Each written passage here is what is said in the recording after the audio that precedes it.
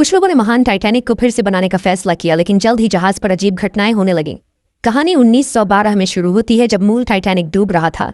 Elizabeth नाम की एक युवती उस डूबते जहाज से बचने में कामयाब रही और बार बार अपने मंगेतर चार्ल्स को पुकारती रही, लेकिन उसे कोई जवाब नहीं मिला। क्रू ने उसे जबरदस्ती एक लाइफ बोट में बैठा दिया, जिसे बर्फीले पानी में उतारा जा रहा था। तभी लाइफ बोट को थामे हुए केबल अचानक टूट गई, जिससे वह पलट गई। सब लोग बर्फीले समुद्र में गिर गए। एलिजाबेथ किसी तरह पलटी हुई लाइफ बोट पर जा राज गई। तभी उसने पास के एक हिमखंड से चार्ल्स को उसे पुकारते हुए सुना।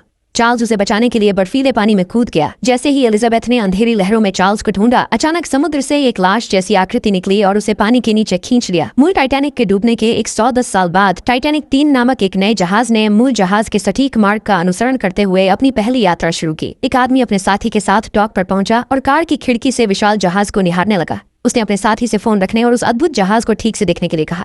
जैसे ही लड़की ने ऊपर देखा, वह उत्साहित हो गई और सब कुछ रिकॉर्ड करते हुए टाइटैनिक 3 की तारीफ करने लगी। वे दोनों मशहूर ब्लॉगर थे और जैसे ही वे कार से बाहर निकले, उनके प्रशंसक उनके चारों ओर जमा हो गए। अपने फॉलोअर्स के साथ तस्वीरें लेने के बाद उन्होंने एक रोमांचक वीडियो रिकॉर्ड किया और फिर जहाज पर सवार हो गए।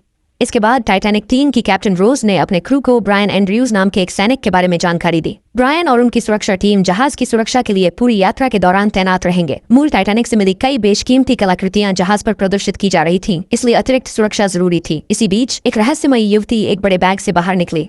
वह चुपचाप जहाज के निचले डेक पर घूमती रही। कुछ देर बाद उसने स्टोर रूम से क्रू की वर्दी चुरा ली। क्रू मेंबर के भेष में वह जहाज के म्यूजियम वाले हिस्से में दाखिल हो गई। डिस्प्ले कैबिनेट के अंदर एक पुराना वायलिन था। लड़की ने उसे सावधानी से उठाया। तभी एक आदमी अंदर भागा और गुस्से में उसे तुरंत वापस रखने का आदेश दिया। उसने बताया कि यह संग्रह की सबसे कीमती वस्तु थी। वह वायलिन समुद्र के नीचे 1 सदी से भी अधिक समय बिताने के बाद मूल टाइटैनिक के मलबे से बरामद किया गया था। उसने किसी को भी ऐसी बेशकीमती चीज को नुकसान नहीं पहुंचाने दिया। जूलिया ने बीच बचाव किया और उस रहस्यमयी लड़की को वहां से जाने के लिए कहा।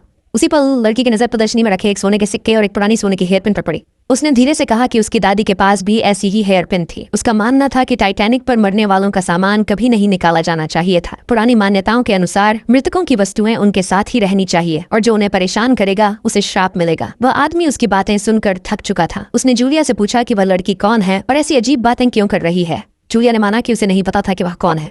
जहाज पर इतने सारे लोग काम करते थे कि सबको पहचानना नामुमकिन था। उसने जल्दी से उस लड़की को जाने के लिए कहा। जब जूलिया और वह आदमी किसी और काम में व्यस्त थे, उस रहस्यमयी लड़की ने चुपके से सोने का सिक्का और हेयरपिन चुरा लिया। वह निचले डेक पर लौट आई और एक काला अनुष्ठान करने लगी। उसने मूल टाइटैनिक के कप्तान की एक तस्वीर निकाली और आत्माओं को जागने के लिए बुलाया। उसी समय यात्री जहाज के भव्य बॉल रूम में खुशी से नाच रहे थे। मिया और जैक्सन अपने दर्शकों के लिए जहाज के अलग अलग हिस्सों को फिल्माते रहे। अंततः वे निचले डेक पर पहुंचे और उस रहस्यमयी लड़की को अजीब अनुष्ठान करते हुए देखा। वे समझ नहीं पाए कि वह क्या कर रही थी। जैसे जैसे अनुष्ठान तीव्र होता गया, वे डर गए और वहां से जाने का फैसला किया। अचानक उनके पीछे का दरवाजा जोर से खुल गया। चौंक कर वे तुरंत पीछे मुड़े। वह उनकी फैन नैन्सी थी, जिसने उनका लाइव स्ट्रीम देखकर उन्हें ढूंढ लिया था। इतना शोर होने के बावजूद वह रहस्यमयी लड़की पूरी तरह से अपनी रस्म में डूबी हुई थी। अचानक जहाज की दीवारें उसकी शक्ति के जवाब में हिलने लगीं। उसी पल ब्लॉगर्स के कैमरे अपने आप बंद हो गए। इस डरावने दृश्य को देखकर जैक्सन ने कहा कि उन्हें तुरंत यहाँ से निकलना होगा। मिया, नैन्सी और जैक्सन जल्दी से वहां से निकल गए। कप्तान की केबिन में बत्तियां टिमटिमाने लगीं। कप्तान की अपनी मंगेतर के साथ वीडियो कॉल अचानक कट गई। उसे जल्द ही एहसास हुआ कि जहाज का बाहरी दुनिया से संपर्क पूरी तरह टूट चुका है। इस बीच मिया, नैन्सी और जैक्सन जहाज के एक गलियारे से गुजर रहे थे। नैन्सी ने उन्हें बताया कि वह बरसों से उनका कंटेंट देख रही है। जैक्सन गलती से एक बार फिर हाल नाम के आदमी से टकरा गया। हाल ने उसे लापरवाह कहा। फिर उसने मिया की ओर देखा और बिना किसी वजह के मुस्कुराया। नैन्सी ने हाल का सामना किया और पूछा कि क्या वह जानता भी है कि मिया कौन है। उसने गर्व से कहा कि मिया के 1 करोड़ 20 लाख सब्सक्राइबर्स हैं। चिड़ी हुई मिया ने जवाब दिया कि उसे किसी के ध्यान की जरूरत नहीं है।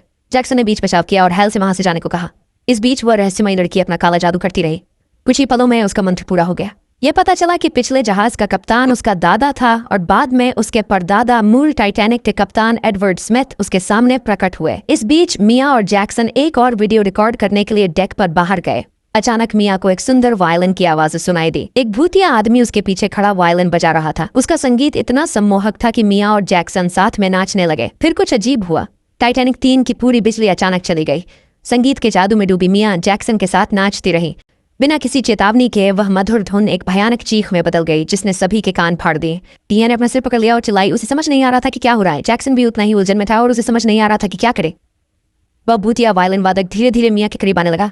उसने डर के मारे अपने कान बंद कर लिए, ये सोचकर कि यह असहनीय आवाज बंद क्यों नहीं हो रही। उसी समय एक घनी धुंध ने जैक्सन को घेर लिया और भूत उसे खींच ले गया। आवाज बंद होते ही कप्तान के सहायक ने चालक दल को जहाज के सिस्टम की जांच करने का आदेश दिया। संभलने के बाद मिया ने जैक्सन को बेताबी से ढूंढा, लेकिन वह गायब हो चुका था। कुछ देर बाद हेल उसके पास आया और उसे शांत करने की कोशिश की। उसने सुझाव दिया कि वे बाद में बार में मिले। मियां मान गई। फिर उसे याद आया कि वह अपना फोन पीछे छोड़ आई है। जब वह उसे लेने वापस गई तो हाल वहां से चला गया। मियां ने फैसला किया कि वह किसी को उस भयानक शोर के बारे में बताएगी जो उसने सुना था। अचानक वह भूतिया वायलिन वादक फिर से उसके सामने प्रकट हुआ। एक भयानक चीख के साथ भूत मियां की ओर झपटा और उसे मार डाला। कुछ देर बाद सुरक्षा गार्डों ने मियां का शव बरामद किया। सुरक्षा प्रमुख ने कैप्टन रोज को सूचित किया जो बॉल रूम में थी। वह उन्हें कंट्रोल रूम ले गए जहां कैप्टन पहले से ही जहाज के अजीब व्यवहार से परेशान थी। उन्होंने चालक दल को सिस्टम बंद करके उसे रिस्टार्ट करने का आदेश दिया। ब्रायन जल्दी पहुंचा और उसने कैप्टन रोज से तुरंत उसके साथ चलने को कहा। वे उस डेक पर पहुंचे जहां मियां का शव पड़ा था। रोज ने पूछा कि जैक्सन कहाँ है और ब्रायन को मियां की लाइव स्ट्रीम चेक करने का निर्देश दिया, ये उम्मीद करते हुए कि शायद उससे पता चल सके कि क्या हुआ था। कुछ ही पलों में हेक्टर वहां पहुंचा और गार्ड्स को तुरंत इलाका खाली करने का आदेश दिया। रोज ने मियां का फोन उठाया और हेक्टर को निर्देश दिया कि वह पता लगाए कि उसने आखिरी बार किससे संपर्क किया था। इस बीच वह कोस्ट गार्ड से संपर्क करने की कोशिश करने के लिए कंट्रोल रूम लौट गई। दूसरी ओर एक इंजीनियर जहाज के सिस्टम को ठीक करने की कोशिश कर रहा था। अचानक उसने एक अजीब सी आवाज सुनी। जब उसने पीछे मुड़कर देखा तो उसे एक डरावना भूत अपनी ओर आता दिखाई दिया। डरकर उसने भागने की कोशिश की। इससे पहले कि वो भाग पाता एक और भूत उसके सामने आ गया। अलौकिक शक्ति का इस्तेमाल करके भूत ने पाइप का एक हिस्सा उसके सिर पर दे मारा जिससे उसकी तुरंत मौत हो गई। इस बीच हेक्टर, ब्रायन और कई गार्ड्स ने मियां के कैमरे की फुटेज देखी। रोज उनके साथ शामिल हुई और कहा कि उसे कहीं और कुछ भी असामान्य नहीं मिला। उन्होंने मियां के फोन की आखिरी रिकॉर्डिंग चलाई। फुटेज में जैक्सन अचानक घने धुएं के बादल में गायब हो गया। फिर हाल आया और उसने मियां से थोड़ी देर बात की। हेल के जाने के बाद मियां ने डरे हुए चेहरे के साथ अपना फोन उठाया। उसकी मौत से ठीक पहले रिकॉर्डिंग खत्म हो गई। कैप्टन रोज को शक था कि हेल जितना बता रहा है वह उससे कहीं ज्यादा जानता है। उसने उसे पूछताछ के लिए लाने का फैसला किया। उसी पल हेल बॉल रूम में जूली से बात कर रहा था। रोज और ब्रायन उसके पास गए और उसे अपने साथ एक निजी कमरे में चलने को कहा। वहां पहुंचकर रोज ने उसे बताया कि मियां मृत पाई गई है और जैक्सन लापता है। उसने समझाया कि मियां को जीवित देखने वाला आखिरी व्यक्ति हाल था। सुरक्षा फुटेज से यह भी पता चला कि हाल की जैक्सन के साथ कई बार मुलाकात हुई थी। हेल ने अपना बचाव करते हुए कहा, मैं मानता हूं कि मुझे कभी कभी गुस्सा आ जाता है, लेकिन इसका मतलब यह नहीं कि मैं लोगों को मारता फिरूं। इसी बीच उस रहस्यमयी लड़की ने एक और काला जादू किया। अचानक जहाज का इंजन अपने आप चलने लगा। जैसे ही कैप्टन रोज को एहसास हुआ कि जहाज चल रहा है, वह कंट्रोल रूम की ओर भागी। उन्होंने बाहर देखा और पुष्टि की कि टाइटैनिक 3 अपने आप चल रहा था। उन्होंने रेडियो पर पार्कर से संपर्क करने की कोशिश की, लेकिन कोई सिग्नल नहीं मिल सका।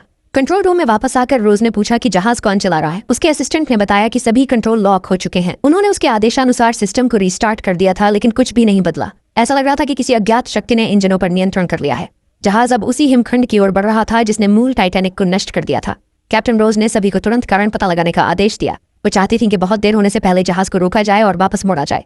ब्रायन उनसे डेक पर मिला और वे दोनों इंजन रूम की ओर चल दिए। जैसे ही वे निकले, जूली और मिसेस स्ट्रॉस डेक पर आई, जबकि मिसेस स्ट्रॉस अकेली थी। एक महिला उनके पास आई और उनके गले में पहने हार की तारीफ की। मिसेस स्ट्रॉस ने विनम्रता से उन्हें धन्यवाद दिया। हालांकि जब वो महिला मुड़ी तो वह एक भूत निकली। उस भूत ने उसी हार का इस्तेमाल करके मिसेस स्ट्रॉस का गला घोंट दिया। स्ट्रॉस, वह हार कभी उस भूत का ही हुआ करता था।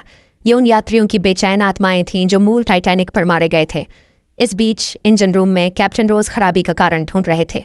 अचानक मृत इंजीनियर का शव उसके ठीक सामने आ गया। घबराकर कैप्टन रोज ने पार्कर से फिर संपर्क करने की कोशिश की, लेकिन रेडियो अभी भी काम नहीं कर रहा था। उसे समझ नहीं आ रहा था कि क्या हो रहा है। हर संचार संकेत पूरी तरह से अवरुद्ध हो गया था। रोज को एहसास हुआ कि उन्हें तुरंत इंजन बंद करना होगा, वरना वह फट जाएगा। हालांकि पूरा सिस्टम जाम हो गया था और कोई भी कंट्रोल काम नहीं कर रहा था। ब्रायन ने देखा कि इंजन अब दबाव नहीं झेल सकता था और फटने ही वाला था। उसने रोज को चेतावनी दी कि उन्हें तुरंत यहाँ से निकलना होगा। खतरे को भांपते हुए ब्रायन ने रोज को उठाया और इंजन रूम से बाहर ले आया। जैसे ही उनके पीछे दरवाजा बंद हुआ, एक जोरदार धमाका हुआ। उस विस्फोट ने पूरे जहाज को हिला दिया।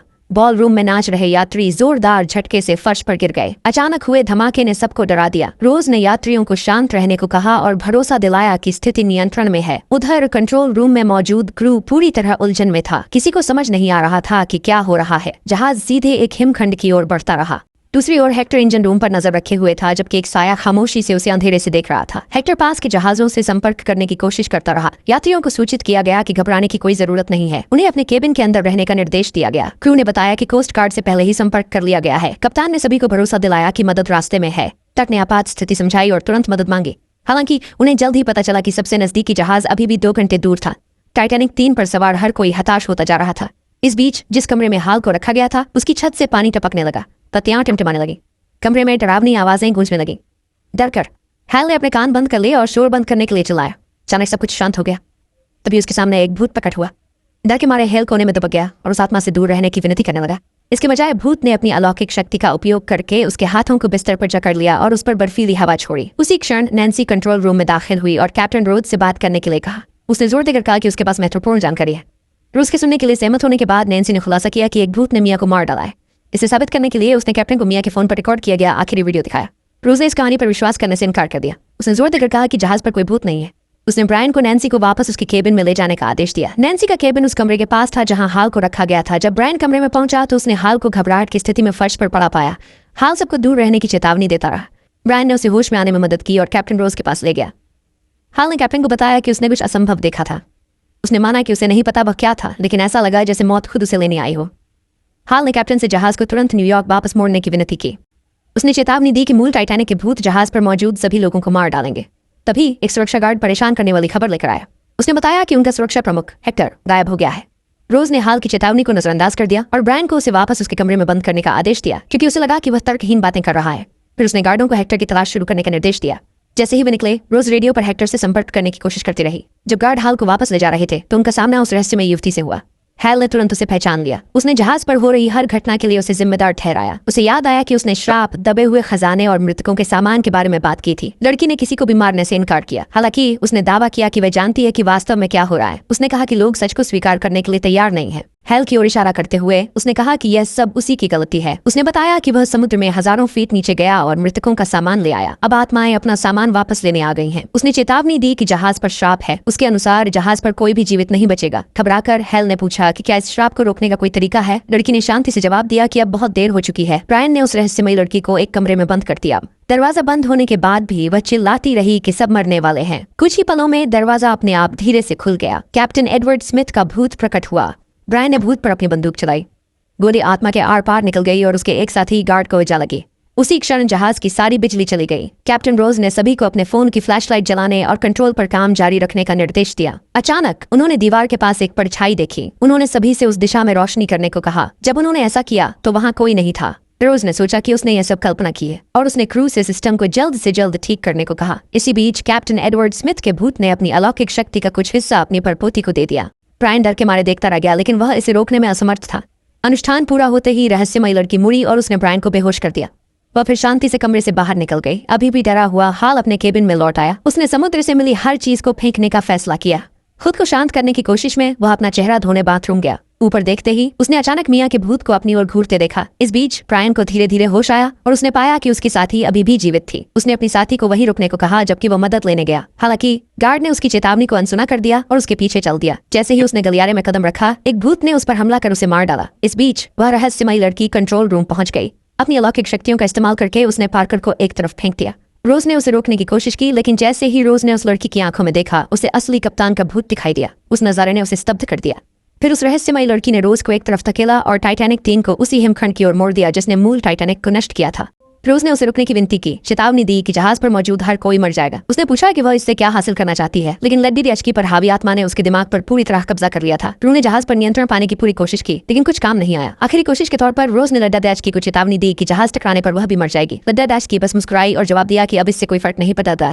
कुछ ही पलों में टाइटैनिक 3 पूरी गति से हिमखंड से टकरा गया। जूही ने डरे हुए यात्रियों को शांत करने की कोशिश की और उन्हें असेंबली क्षेत्र की ओर जाने का निर्देश दिया। रोज ने बाहर की दुनिया से संपर्क करने की पुरजोर कोशिश की, लेकिन अभी भी कोई जवाब नहीं मिला। तभी हेल वहां पहुंचा और उसने दावा किया कि वह समझ गया है कि क्या हो रहा है। उसने कहा कि इस श्राप को रोकने का एकमात्र तरीका मूल टाइटैनिक से ली गई हर वस्तु को वापस समुद्र में डालना है। रोज ने सुनने से इनकार कर दिया। उसने उससे कहा कि अगर वह वास्तव में मदद करना चाहता है तो श्राप के बारे में बात करने के बजाय यात्रियों को लाइफ बोट में बिठाने में मदद करे। जहाज तेजी से डूबने लगा। पूरे जहाज पर अफरा तफरी मच गई। इस अफरा तफरी में भी ब्रायन ने टाइटैनिक से बरामद की गई एक कलाकृति उठा ली। इससे पहले कि वह भाग पाता, मिया का भूत उसके सामने आ गया। उसने उसी की बंदूक से उसे मार डाला। जहाज अब आधे से ज्यादा पानी में डूब चुका था। यात्री डर के मारे पानी से भरे गलियारों में भाग रहे थे। जहाज पर मच्छी अफरा तफरी के बीच गलियारों में पानी भर गया। जूली ने बॉल रूम में ब्रायन को ढूंढा। इसके बजाय उसका सामना ब्रायन के भूत से हुआ। उसकी आत्मा ने एक लाइफ बोट को जूली पर गिरा दिया। सब कुछ होने के बावजूद हैल ने हिम्मत जुटाई और बचे हुए लोगों की मदद करता रहा। जैसे ही लाइफ बोट्स नीचे उतारी जा रही थीं, अचानक सारी रस्सियां टूट गईं, नावें बर्फीले पानी में जा गिरीं और टाइटैनिक जैसी ही त्रासदी फिर दोहराई गई। एक सच्चे कप्तान की तरह रोज अंत तक जहाज पर ही रही। आखिरकार टाइटैनिक 3 समुद्र में समा गया। हैल एक लाइफ बोट में कांप रहा था। अचानक उसने किसी को अपना नाम पुकारते सुना। वह कैप्टन रोज थे। उन्होंने उसे अपनी लाइफ बोट में खींच लिया। वहां लेटे लेटे हैल अचानक बेतहाशा हंसने लगा। वह बार बार यही दोहरा रहा था कि उसने मृतकों का सामान छेड़ दिया है। उसने कहा कि आत्माओं ने बदला ले लिया है और उसे छोड़कर सबको मार डाला है। रोज ने उसे शांत करने की कोशिश की। उसने उसे याद दिलाया कि उसने कई जानें बचाई थीं और उससे कहा कि जो कुछ हुआ उसे भूल जाए।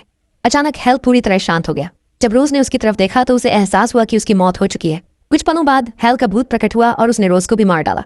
अगर टाइटैनिक को असल जिंदगी में दोबारा बनाया जाए तो क्या आप उस पर सफर करने की हिम्मत करेंगे? हमें कमेंट्स में अपना जवाब बताएं। अगले वीडियो में मिलते हैं।